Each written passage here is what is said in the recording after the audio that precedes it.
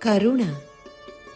દુનિયામાં જે પણ કંઈક કરુણ ઘટનાઓ બને છે ને, તેમાં સૌથી કરુણ ઘટના આપણી સાથે બને છે.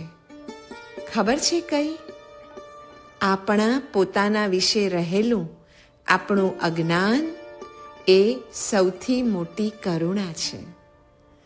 કરુણાના 3 પ્રકાર છે: ઈશ કરુણા, લોક કરુણા અને આત્મા કરુણા.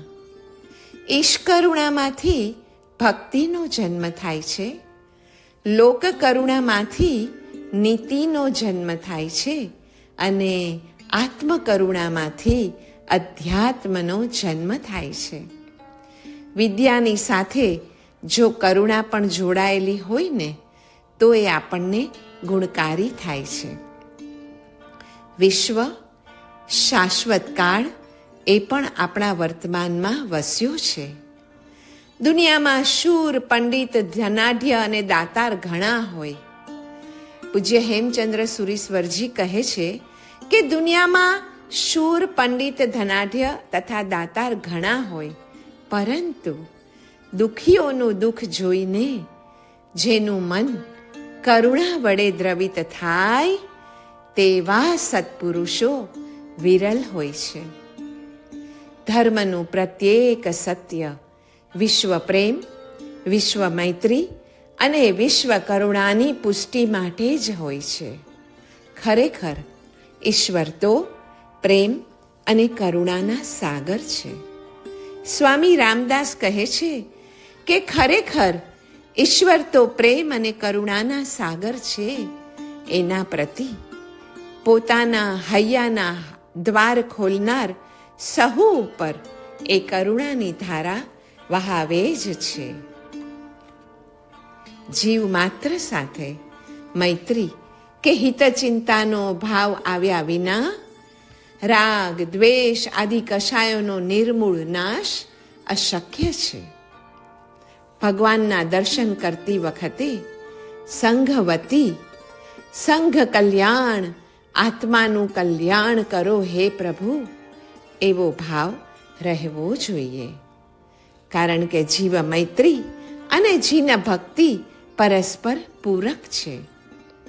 જીનેશ્વર દેવ ઉપર ભક્તિ ભાવ આવે ને, તો જીવ મૈત્રીનો ભાવ પણ જાગે, અને જો જીવ મૈત્રીનો ભાવ જાગે ને, તો શ્રી જીનેશ્વર પરમાત્મા ઉપર અંતરંગ ભક્તિભાવ પણ જાગે.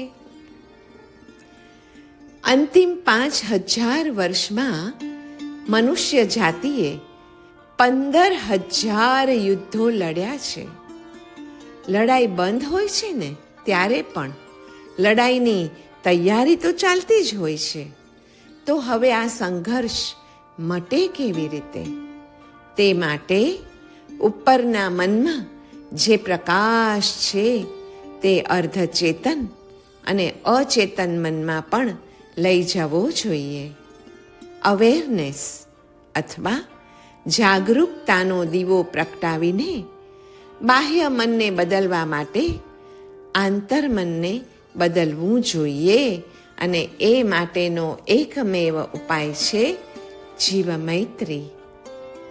વિતરાગ ભાવ, સમતા ભાવ, સંતોષ ભાવ એ જ પારમાર્થિક શરણ છે, તથા મૈત્રી ભાવ, પ્રમોદ ભાવ અને કરુણા ભાવ એ જ તો વાસ્તવિક શરણ છે. સાધુનું શરણ એ મૈત્રી ભાવનું શરણ છે. સિદ્ધનું શરણ એ સંતોષ, સમતા અને વિતરાગ ભાવનું શરણ છે. અરિહંતનું શરણ એ પ્રમોદ ભાવનું શરણ છે, અને ધર્મનું શરણ એ કરુણા ભાવનું શરણ છે. અંતિમ આરાધનાના 10 ઉપાયો શાસ્ત્રોમાં બતાવ્યા છે. એ 10 ઉપાયમાં પણ મૈત્રી સમાવિષ્ટ છે. પોતાના પાપ પ્રત્યે કરુણા અને બીજાના પાપ પ્રત્યે માધ્યસ્થ્ય, એ જ રીતે પરના ગુણ પ્રત્યે મુદિતા અને પ્રમોદ, અને તે મૈત્રીનું જ ફળ છે. જીવનની દરેક પળને અનંતની જોડે સંબંધ છે. આઈ રિપીટ, આપણા જીવનની દરેકે દરેક આયુષ્યની પળને અનંતની જોડે સંબંધ છે. તીર્થંકરોની અનંત કરુણા જ આ વિશ્વ વ્યવસ્થાનું કારણ છે. તીર્થંકરોની અનંત કરુણામય છે આર્હંત્ય, અને એ જ તો છે વિશ્વ વ્યવસ્થાનું અનુપમ કારણ. મૈત્રી આદિ ભાવો ધર્મ ધ્યાન સ્વરૂપ છે.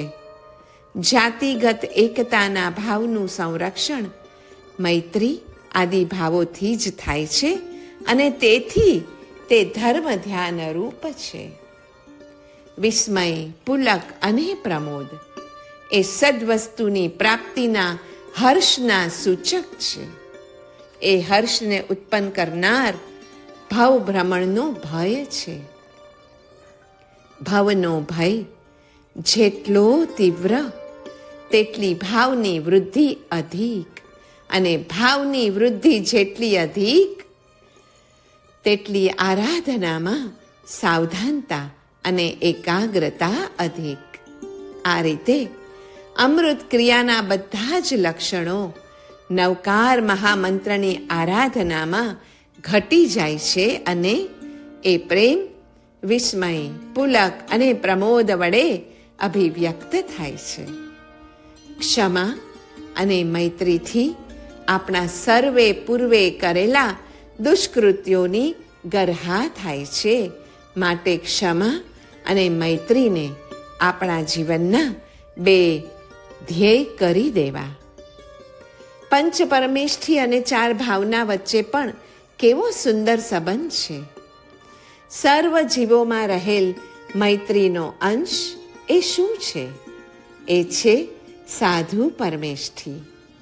સર્વ જીવોમાં રહેલ પ્રમોદનો અંશ ઓછો વધતો પણ દરેકે દરેક જીવોમાં પ્રમોદનો અંશ તો છે જ ને, તો એ છે ઉપાધ્યાય પરમેષ્ઠી. અરે દરેકે દરેક જીવમાં રહેલ કરુણાનો અંશ તે છે આચાર્ય પરમેષ્ઠી, અને સર્વ જીવમાં રહેલ માધ્યસ્થ્યનો અંશ તે સિદ્ધ પરમેષ્ઠી. ઉપરાંત ચારે ચાર ભાવ જે સર્વ જીવોમાં થોડે કે ઘણે અંશે રહેલ જ છે તે છે અરિહંત પરમેષ્ઠી. આમ આપણા સર્વમાં પણ અરિહંતો, સિદ્ધો, આચાર્યો, ઉપાધ્યાયો અને સર્વ સાધુ ભગવંતો પણ સ્થિત છે. એટલે જ કહ્યું છે કે આત્મા સો પરમાત્મા. મૈત્રી, પ્રમોદ આદિ ભાવોને we must live into our consciousness. દર્શન પ્રાપ્તિ કે દર્શન વિશુદ્ધિમાં આ ગુણો અનિવાર્ય છે. દર્શનની ફેકલ્ટી જગાડવામાં આ ગુણો અનિવાર્યપણે આવશ્યક તો છે, પરંતુ સહાયક પણ છે. મૈત્રી આદિ અને પ્રમોદ આદિ ભાવો અધ્યાત્મના રસ્તે પાયાના ગુણો છે. આ વાતની એકવાર સૂક્ષ્મ સમજણ થાય ને એ પછી જ અધ્યાત્મ માર્ગની ઝાંખી પણ શક્ય બને છે.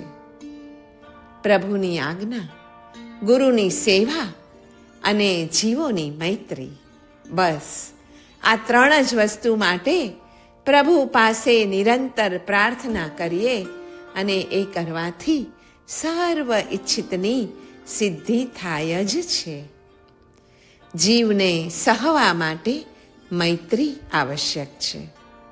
સુખને સહવા માટે વિરક્તિ આવશ્યક છે, અને દુઃખને સહવા માટે જ્ઞાન આવશ્યક છે. વૈરાગ્યના સૌપ્રથમ પાયા છે મૈત્રી, કરુણા, મુદિતા અને ઉપેક્ષા. ક્ષમાપનાથી મૈત્રી ભાવ દ્રઢ થાય છે, કેમ કે ક્ષમાપના એ વૈર ભાવનો નાશ કરે છે. નમો અરિહંતાણમ. નવકારનું સ્મરણ પણ યથાર્થ ફલ ક્યારે આપે? જ્યારે એ સ્મરણ આ ચારે ચાર ભાવનાઓ સાથે સંલિગ્ન હોય તો જ એ યથાર્થ ફલ આપે. વિધિના રાગથી અવિધિનો દોષ ટળે, પણ મૈત્ર્યાદિ ભાવ જો ન હોય તો પછી તે અનુષ્ઠાનનો કોઈ બચાવ નથી. શુભ પરિણામ મૈત્ર્યાદિ ભાવોને જ કહેવાય છે. ઔદાર્ય આદિ લિંગવાળાને ધર્મ પ્રાપ્ત થતાં જ વિષય અને તૃષ્ણાદિનો અભાવ અને મૈત્ર્યાદિનો સદ્ભાવ થાય છે. સમ્યક્ત્વના 5 લિંગ છે, 5 દૂષણ છે અને 5 ભૂષણ છે. એ સૌ મૈત્ર્યાદિ 4 ભાવવાળામાં સમાવિષ્ટ હોય છે. ભાવ ધર્મ જ્યારે મૈત્ર્યાદિ ભાવરૂપ હોય છે ને ત્યારે તે વ્યવહારથી પણ ભાવ ધર્મ બને છે. સર્વનું હિત થાઓ એવી મતિ પણ ક્ષયોપશમ રૂપ છે. ક્ષાયિક ભાવમાં સાક્ષાત જ્ઞાન હોવાથી જ્ઞાનના સાધનરૂપ વિચાર નથી. એટલે જ કરુણામાં બાધ નથી. વૈરાગ્યની જડ, ગુરુ પૂજનનું મૂળ અને સાધકના શીલનું કારણ પણ દયા અને કરુણા છે. જીવ મૈત્રી એટલે જીવો સાથે અદ્વૈત. જ્યાં દ્વૈત છે ત્યાં ભય છે, જ્યાં અદ્વૈત છે ત્યાં અભય છે. અરે જ્યાં દ્વૈત છે ત્યાં દ્વેષ પણ છે, પણ જ્યાં અદ્વૈત છે ને ત્યાં અદ્વેષ છે. જ્યાં દ્વૈત છે ત્યાં ખેદ છે, પણ જ્યાં અદ્વૈત છે ને ત્યાં હંમેશ માટે અખેદ છે. માણસ જેટલું પણ પ્રેમ અને કરુણાનું પોતાનું જળ બીજા જીવ ઉપર સિંચે ને એટલું જ તે બીજાનું જળ મેળવીને સુખી બને છે. તો સુખી બનવું છે તો બસ પ્રેમ અને કરુણાનું જ જળ આપણે બીજા ઉપર સિંચીએ. જે માણસ બીજામાં રસ લેતો નથી અને માત્ર પોતાનું જ સંભાળવામાં માને છે તે ખરેખર સુખી થઈ શકતો નથી, કિંતુ એક સુકાયેલા વૃક્ષ જેવો સાવ સૂકો થઈ જાય છે. આ ભીનાશ હોય છે પ્રેમ અને કરુણાની, જે તેનામાં ગેરહાજર હોય છે. ધ 4 સસ્ટેનર્સ ઓફ ધર્મ. એની કસોટી થાય કશ, છેદ, તાપ અને તાડનથી. અને સસ્ટેનર્સ છે ફ્રેન્ડશિપ, અપ્રિસિએશન, સિમ્પથી અને ઇનડિફરન્સ, યાને મૈત્રી, પ્રમોદ, કરુણા અને માધ્યસ્થ. તો આ ચારે જે સસ્ટેનર્સ છે ધર્મના, એ આપે શું? તો મૈત્રીની કસોટી જ્યારે કશથી થાય એ પછી આનંદ સ્ફુરાયમાન થાય. પ્રમોદ ક્યારે થાય? કે જ્યારે એ છેદની કસોટીમાંથી પસાર થઈને અપ્રિસિએશન પામે, એટલે પ્રસન્નતા રૂવે ફૂટે. તાપ નામની કસોટી જ્યારે સિમ્પથીને કરુણા ઉપર થાય ત્યારે આપણામાં કોમળ કૂંપળો ફૂટે કોમળતાની. અને તાડનની કસોટી જ્યારે આપણા માધ્યસ્થ્ય ઉપર અર્થાત ઇનડિફરન્સ ઉપર થાય એ પછી તો આપણી કઠોરતા નાશ પામે અને માત્ર સૌમ્યતા સ્વરૂપ આપણું સ્વરૂપ રહે. તારીખ 11 જુલાઈ 1968. ચિત્તના 8 દોષ: ખેદ, ઉદ્વેગ, ક્ષેપ, ઉત્થાન, ભ્રમ, અન્યમુદ, રોગ અને 8મો દોષ આસંગ. ચિત્તના આ 8 દોષને જીતવાના ઉપાયોમાં પણ 4 ભાવના કહી છે. શાંત એ પહેલો જીતવાનો ઉપાય છે. આપણે શાંત રહીએ એટલે શું થાય? ક્રોધાદિનો અભાવ થઈ જાય અને એને કારણે શમ નામનું સુખ મળે. બીજો આ 8 દોષને જીતવાનો ઉપાય છે ઉદાત્ત ભાવના. એનાથી શું થાય કે પરહિત ચિંતાનો ભાવ આપણામાં જન્મે, આપણી સેલ્ફ સેન્ટર્ડનેસ ત્યાંથી નાશ પામે અને બીજાના વિચારો શરૂ થાય. એને કારણે સંતોષ જન્મે. જ્યારે ત્રીજો ઉપાય સદ્ભાવ, એ રાહે આપણે જ્યારે જઈએ ને ત્યારે આપણામાં શું થાય ખબર છે? વૈર, ઈર્ષ્યા, અસૂયા આદિનો પછી અભાવ થઈ જાય. કારણ કે સદ્ભાવ આપણામાં પ્રવેશી ગયો અને એ ક્યારે પ્રવેશે? માત્ર અને માત્ર જ્યારે આપણામાં મૈત્રી ભાવ પ્રવેશે એ પછી જ.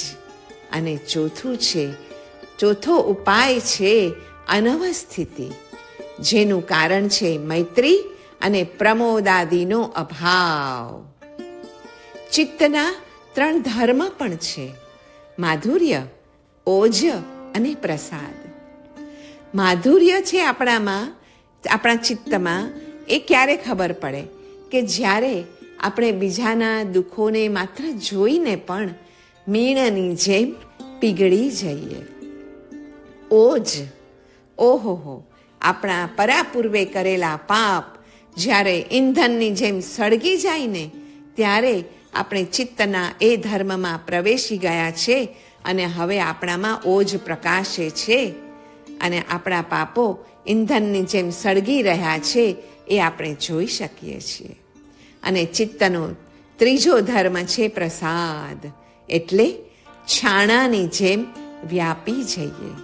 આ સમષ્ટિમાં, વ્યષ્ટિમાંથી સમષ્ટિ તરફ જ્યારે જઈએ ત્યારે પ્રભુનો પ્રસાદ મળે અને છાણું જેમ પડે એક જગ્યાએ પણ વ્યાપી જાય પોતાની પરિસર.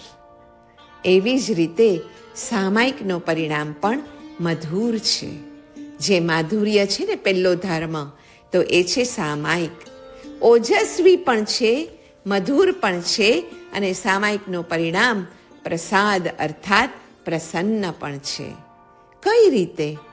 તે મૈત્રીથી મધુર છે, માધ્યસ્થ્યથી ઓજસ્વી છે અને પ્રમોદથી તે પ્રસન્ન છે.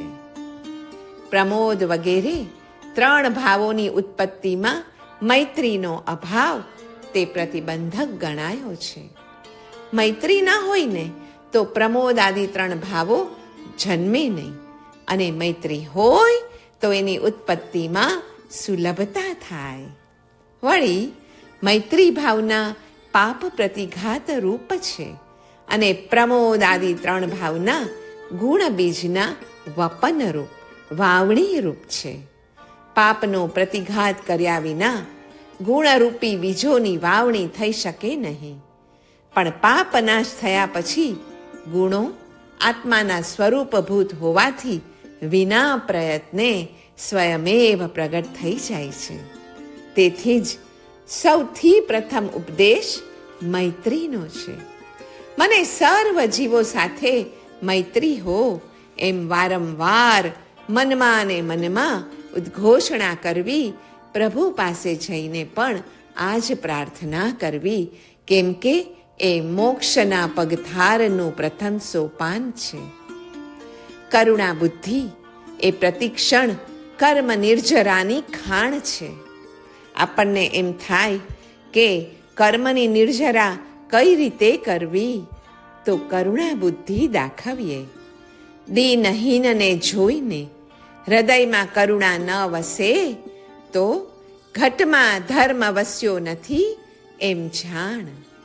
દ્રવ્ય ભાવ અનુકંપા એ ભવોભવ સુખનું નિધાન છે. પણ અહિંસા અને કરુણા વચ્ચે પણ સહેજ ફેર છે. હા, અહિંસા એટલે પોતાના નિમિત્તે ન કોઈને હણવું કે દુઃખ પહોંચાડવું. જ્યારે કરુણા એટલે બીજાના ભલા ખાતર પોતાની જાતને કે પોતાના સર્વસ્વને ઘસી નાખવામાં પણ આનંદ માનવો તે. આપણે જીવનમાં અને બીજે ક્યાંય પણ જોવા મળેલી સારી વસ્તુઓની જ નોંધ લેવી જોઈએ. જે પણ કાંઈ સારું છે, સુંદર છે, એના ઉપર જ આપણે ભાર મૂકતા થવું જોઈએ. જે મળ્યું છે એ પ્રત્યે આપણે કૃતજ્ઞ રહેવું. દુનિયામાં સૌથી સુખી માણસ આવા કૃતજ્ઞ માણસો જ હોય છે. જો આપણે અંદરથી સુખી છીએ તો જરૂર આ કૃતજ્ઞતા ગુણ આપણી અંદર વસ્યો છે એમ ગણવું. આપણે બીજાઓ પ્રત્યે સહાનુભૂતિ અને સમજદારી જ્યારે દાખવીએ ને તે આપણા સારા જીવન માટે અત્યંત મહત્વનું છે. કોઈની મુશ્કેલીઓમાં, તકલીફોમાં આપણે સાથે રહીએ ને, એમને સમજીએ, આપણે એમને ઉષ્માભરી સહાનુભૂતિ આપીએ એટલે આપણું જીવન પણ એટલું જ સમૃદ્ધ બને છે અને જીવો જીવો વચ્ચે પ્રેમ પાંગરે છે, જેમાં અજબ ગજબની શક્તિ છે. અને તેથી જ આપણે સૌ જીવો પ્રત્યે મૈત્રી અને બંધુત્વનો ભાવ કેળવવો જ જોઈએ.